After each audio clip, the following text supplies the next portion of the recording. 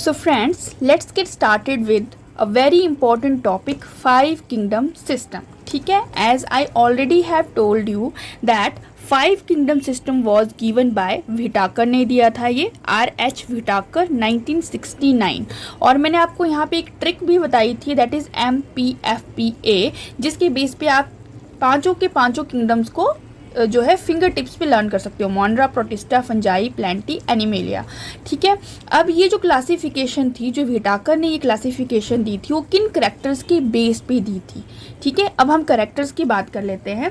तो ये classification totally based थी on the basis of cell wall. ठीक है, कि सेल वॉल प्रेजेंट है या नहीं है।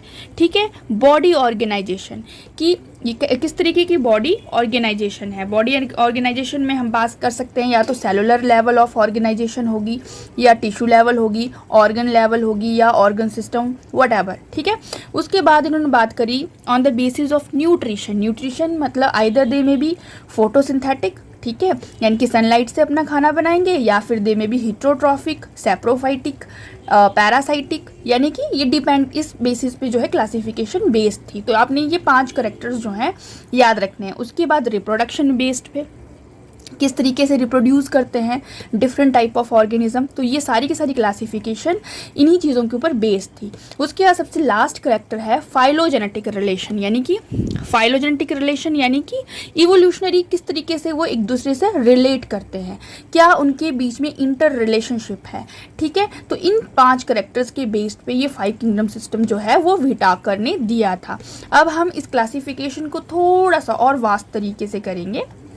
ठीक है, मैंने यहाँ पर जो है ये स्ट्रक्चर या एक आप ये यूँ कह लो कि एक टेबल बनाया है जिसमें पूरी चीज़ें आपको क्लियर हो जाएंगी और हम इसको ट्रिकी वे में लर्न करेंगे। ठीक है, सबसे पहले आप एक तरफ लिख लेंगे पांचों kingdom, मोनरा, protista, fungi, plenty, animalia. अगर आप इस तरीके से इसको टेबल की फॉर्म में लर्न करोगे तो एग्जाम में कहीं से भी कुछ भी पूछ लिया जाए, जैसे कि मोनरा से रिलेटेड आपसे मान लो न्यूक्लियर मेम्ब्रेन के बारे में पूछा है मल्टीपल चॉइस क्वेश्चंस में या 1 मार्क क्वेश्चंस में, तो you can simply write down कि उसमें न्यूक्लियर मेम्ब्रेन है या नहीं है।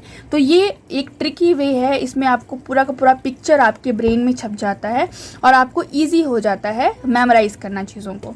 ठीक है, तो एक तरफ हमने जो है किंगडम्स लिख लिए, एक तरफ हम कैरेक्टर्स लिख लेंगे। तो सबसे पहला कैरेक्टर है, अब ये कैरेक्टर्स आपको लर्न करने पड़ेंगे सीक्वेंस वाइज, तभी आप ये चीज़ें जो है दिमाग में रख पाओगे। जैसे कि पहला कैरेक्टर है सेल टाइप कि किस तरीके की सेल्स हैं ये।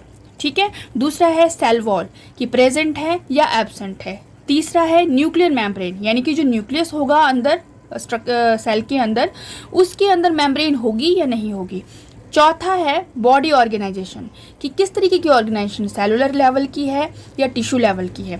उसके बाद मोड ऑफ न्यूट्रिशन, ठीक है, मोड ऑफ न्यूट्रिशन यानी कि किस तरीके से वो अपना खाना लेते हैं। ठीक है, इस बेस पे पूरी ऑर्गेनाइजेशन जो है वो बेस्ड है। तो सबसे पहले हम आ जाते हैं किंगडम मोनेरा के ऊपर। ठीक है, अब सेल टाइप आप जैसे आपने ये सीक्वेंस में लिख लिया है तो आपको ये ट्रिक यूज करनी है पी। ठीक है, पहली लाइन में यानी कि पी और ई। ठीक है, यानी कि मोनेरा जो है वो प्रोकैरियोटिक है, बाकी सारे के सारे यूकैरियोटिक सेल में आते हैं, यानी कि प्रोकैरियोटिक और सारे यूकैरियोटिक। यूकैरियोटिक मतलब इन सब में जो है ट्रू न्यूक्लियस प्रेजेंट होगा। दूसरी बात, अब आ जाते हैं सेल वॉल के ऊपर। तो अब यहाँ पे इसका अपोजिट हो जाएगा, यानी कि जो एनिमल्स हैं, यहाँ से देखो क्वेश्चन बनता है कि एनिमल सेल के अंदर सेल वॉल प्रेजेंट होती है या नहीं, तो ये एब्सेंट होती है। ठीक है, एब्सेंट होती है। और जो बाकी की जितने भी किंगडम हैं, चार के चार किंगडम, इन सब में सेल वॉल प्रेजेंट होती है और हर एक सेल वॉल जो है वो डिफरेंट टाइप ऑफ जो बोल सकते हैं हम मटेरियल से बनी हुई होती है। जैसे कि अगर हम मोनरा की बात कर रहे हैं तो इसमें नो डाउन, इसमें जो सेल वॉल अगर प्रेजेंट होगी तो that would be made up of, या एक पॉइंट को आप ये नोट कर लो कि नॉन सेलुलोजिक होगी, यानी कि सेलुलोज नहीं होगा इसकी सेल वॉल के अंदर, ये नोट कर लीजिए।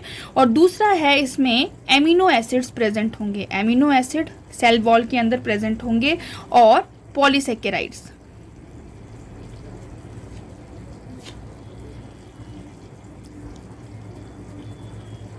ठीक है, पॉलीसेकेराइड और amino acid, you can write down like a, polysaccharide और एमिनो एसिड्स जो हैं वो मोनरा की सेल वॉल के अंदर प्रेजेंट होंगे। देन आ जाते हैं प्रोटिस्टा के ऊपर, क्योंकि इसमें भी सेल वॉल प्रेजेंट है, तो प्रेजेंट होती है लेकिन some, in you can bracket you can write down some, मतलब कुछ केसेस के अंदर ही सेल वॉल प्रेजेंट होती है। अब फंजाई, यहाँ से भी क्वेश्चन बनता है कि फंजाई के अंदर जो सेल वॉल प्रेजेंट होती है वो किससे बनी होती है। तो देखो नॉन सेलुलोजिक होती है, यानी कि एक तो सेलुलोज तो नहीं होगा, बट ये बनी होती है काइटिन से, काइटिन, ठीक है, विदाउट सेलुलोज एंड काइटिन से बनी होती है फंगस की जो सेल वॉल होती है। देन आ जाते हैं प्लांटी, तो प्लांट्स में हमें पता है कि इसकी जो सेल वॉल होती है वो सेलुलोज से कंपोज्ड होती है, सेलुलोजिक सेल वॉल होती है और एनिमल सेल में एब्सेंट होती है। The next one point is nuclear membrane, तो यहाँ पर भी वही ट्रिक आप यूज़ कर लोगे कि यहाँ पे एब्सेंट है, बाकी सभी में जो है प्रेजेंट है। उसके बाद बॉडी ऑर्गेनाइजेशन की बात करते हैं, तो जो मोनेरा है, जो मोनरा है, इसमें जो बॉडी ऑर्गेनाइजेशन है सेलुलर टाइप ऑफ है, यानी कि ये यूनिसेलुलर जो है ऑर्गेनिजम्स होते हैं। Then next one is Protista, तो ये भी। एंड देन हम बात कर लेते हैं फंजाई की, तो फंजाई के केस में क्या है कि यहाँ पर मल्टी सेलुलर जो है कंपोजिशन होती है, इसकी बॉडी ऑर्गेनाइजेशन जो है वो मल्टी सेलुलर होती है, यानी कि लूज टिश्यूज़ के बेस में वो अरेंजमेंट होता है। उसके बाद आते हैं प्लेंटी, तो यहाँ पे मैंने TO इस तरीके से लिखा है, यानी कि टिश्यू लेवल ऑफ ऑर्गेनाइजेशन भी पाई जाती है और ऑर्गन लेवल ऑफ ऑर्गेनाइजेशन भी जो है वो प्लेंटी के अंदर पाई जाती है। देन लास्ट एनिमेलिया, तो इसके अंदर तीनों तरह की ऑर्गेनाइजेशन पाई जाती है, tissue level, organ level and organ system, ठीक है। अब नेक्स्ट आ जाते हैं मोड ऑफ न्यूट्रिशन की, किस तरीके से ये अपना न्यूट्रिशन जो है अटेन करते हैं।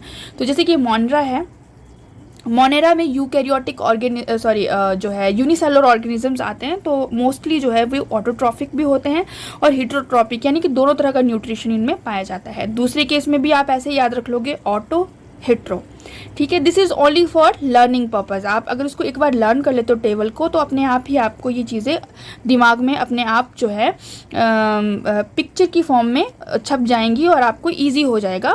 पेपर में अगर कोई भी क्वेश्चन यहाँ से पूछा जाता है तो आप इस टेबल की हेल्प से इसको दिमाग में रिकॉल करके आप उस क्वेश्चन का राइट आंसर टिक कर सकते हो। अब जो फंगस है, तो फंगस डेफिनेटली इसमें कोई पिगमेंट नहीं होता है, ठीक है, तो पिगमेंट नहीं होता है तो उसकी वजह से जो है ये हेटेरोट्रॉफिक है, ये फूड के लिए दूसरे ऑर्गेनिजम्स के ऊपर डिपेंडेंट होती है, ठीक है। और then plants, as we all know that, autotrophic होती है, यानी कि फोटोसिंथेसिस जो है प्लांट्स के अंदर ही होती है और प्लांट्स से हमें ऑक्सीजन फिर मिलती है और एनवायरनमेंट से जो है ये CO2 लेती है प्लांट्स, और इसी तरीके से ये सनलाइट की हेल्प से अपना फूड बनाते हैं। तो प्लांट्स में पिगमेंट होने की वजह से, क्लोरोफिल होने की वजह से जो है ये ऑटोट्रॉफिक न्यूट्रिशन शो करते हैं। Then last one is Animalia, तो एनिमेलिया के केस में हेटेरोट्रॉफिक न्यूट्रिशन भी होता है, holozoic and saprophytic, 3 type of nutrition आप मोस्टली याद रखोगे। तो this is all about of this 5 kingdom system, ठीक है। Hope you all have liked my video, or if you like, please do subscribe to my channel. Thank you so much and bye bye.